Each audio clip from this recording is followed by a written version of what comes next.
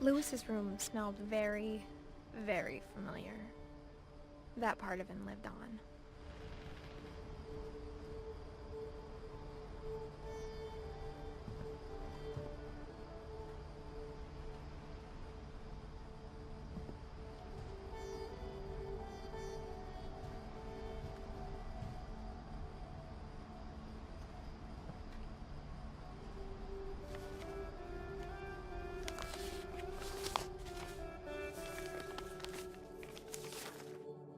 Dear Mrs. Finch, as Lewis's psychiatrist, I can understand your desire for an explanation. As I see it, the trouble began in January, shortly after we convinced your son to seek treatment for substance abuse. Newly sober, I believe Lewis first noticed the monotony of his daily life.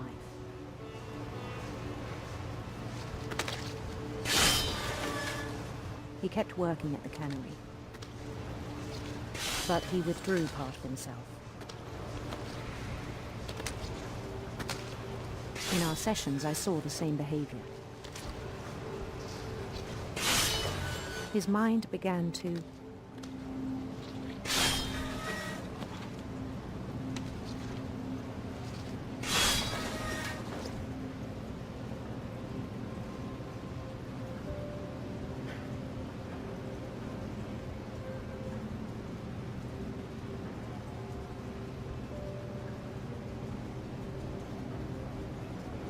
wander.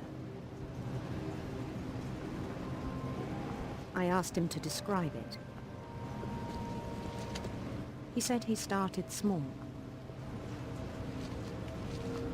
imagining a labyrinth. He'd feel his way about. Then something moved.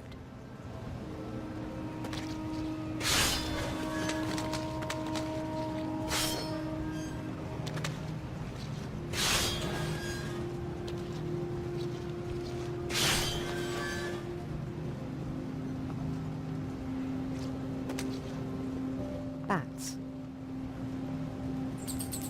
and toads.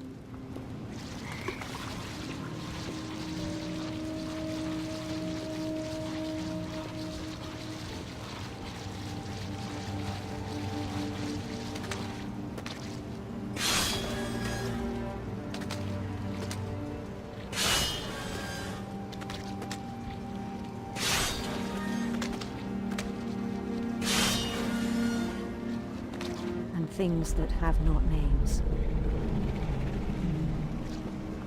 He knew it was all in his head.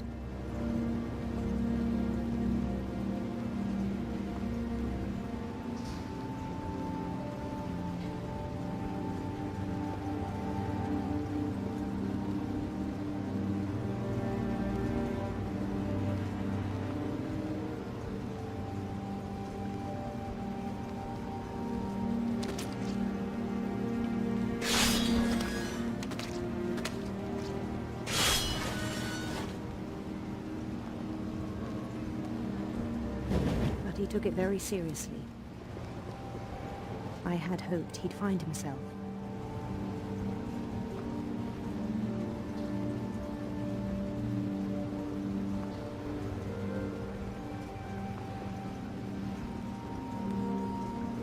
But he found something more.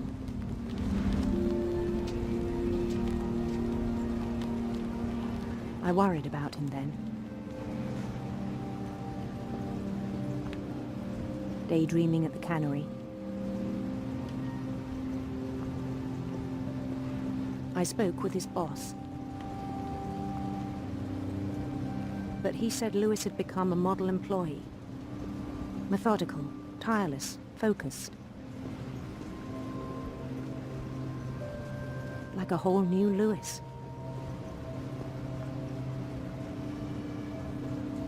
So I let him go on.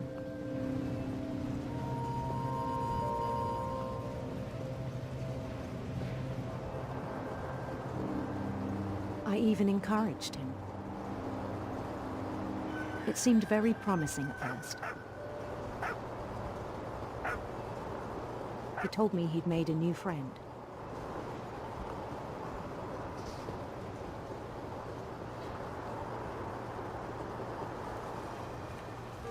A on the edge of a city he named Lewis-topia.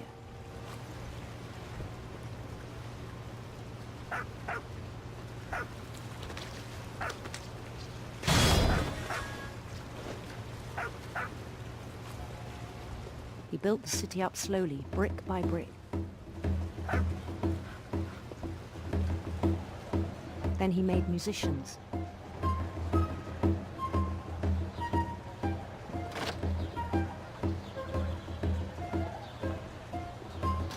And songs for them to play. He talked about starting a band. And he was always humming something. Every day his imagination grew stronger.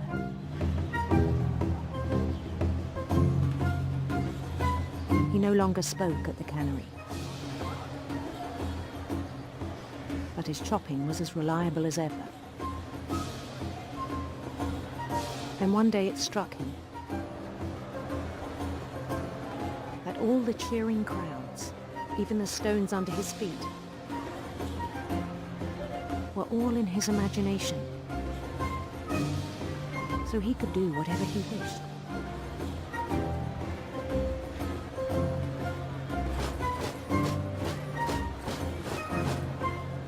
He held an election for mayor. And he won. They begged him to stay, but his mind was already wandering. It became a game for him.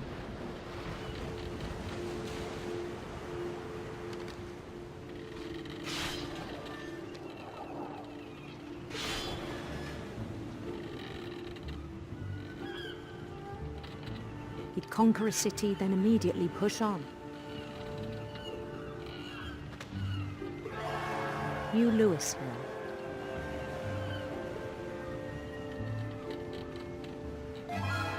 St. Louis. He started drifting away from our reality.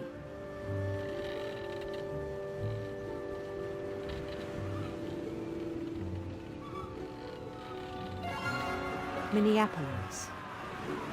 Until one day he forgot to go home from the cannery. Even as his mother pleaded with him, part of Louis kept sailing on.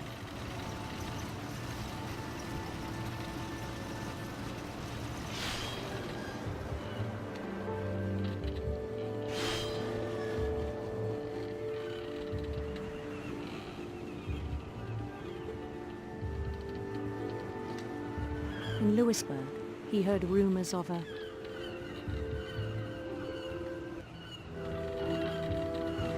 handsome queen.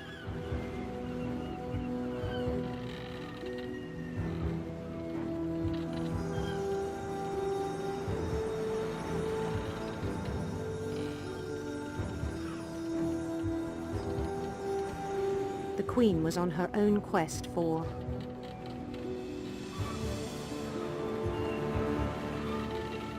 sinister serpents.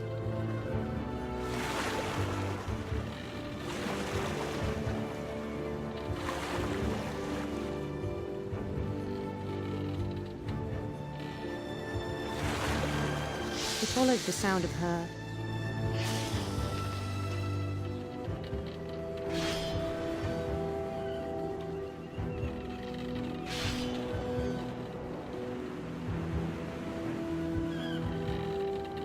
silver harp.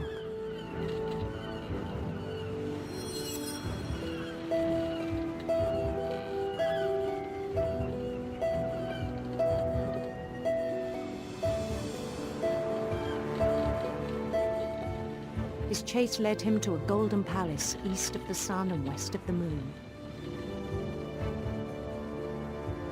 Even then, his logic remained sound.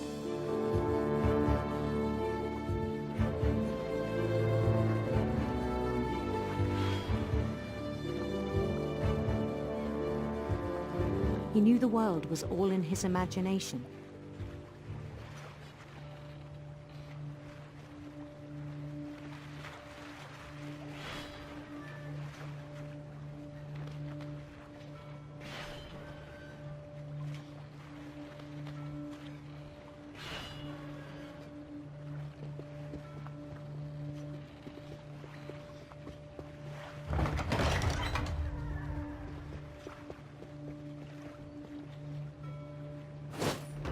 but he was so proud of having created it.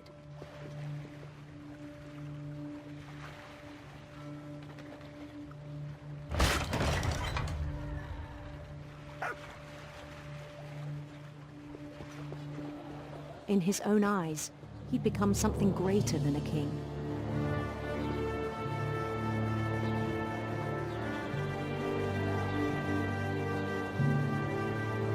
For someone who'd never known success in the real world, I think it was overwhelming. And then it struck him that the real Lewis was not the one chopping salmon, but the one climbing the steps of a golden palace.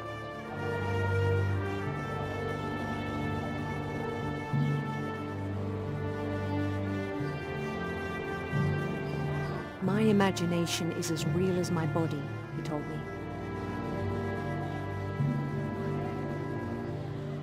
It was hard to argue with him.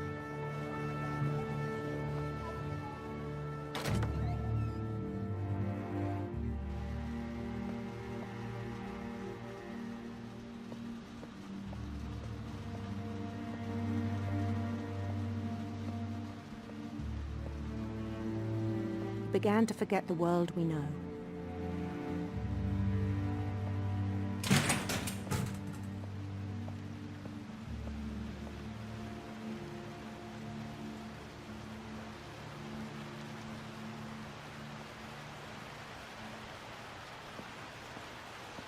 I think it pained him to remember Lewis, the cannery worker.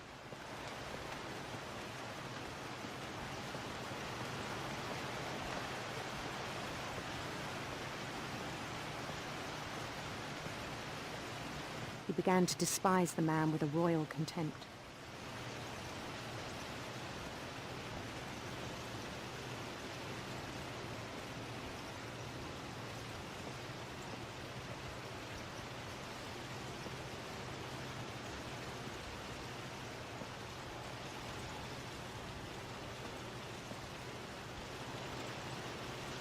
I still thought I could save him.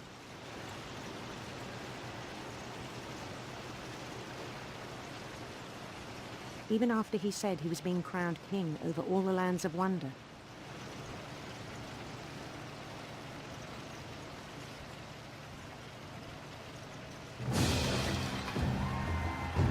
The palace would be packed with his companions.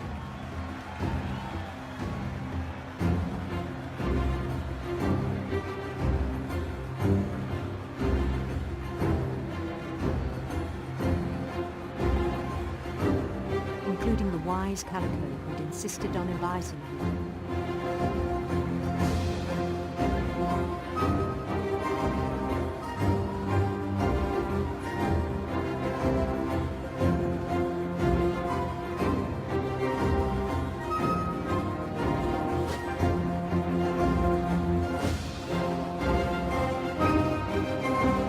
His queen waited, holding his crown.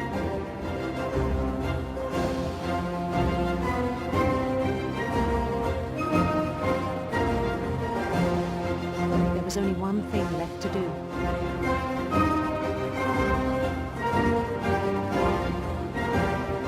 Bend down his head.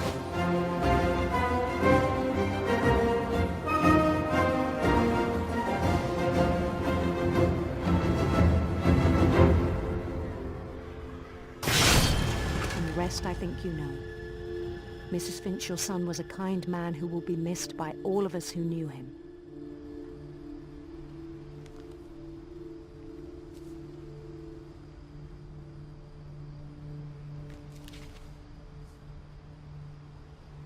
My brother was really cool. I wish you could have met him.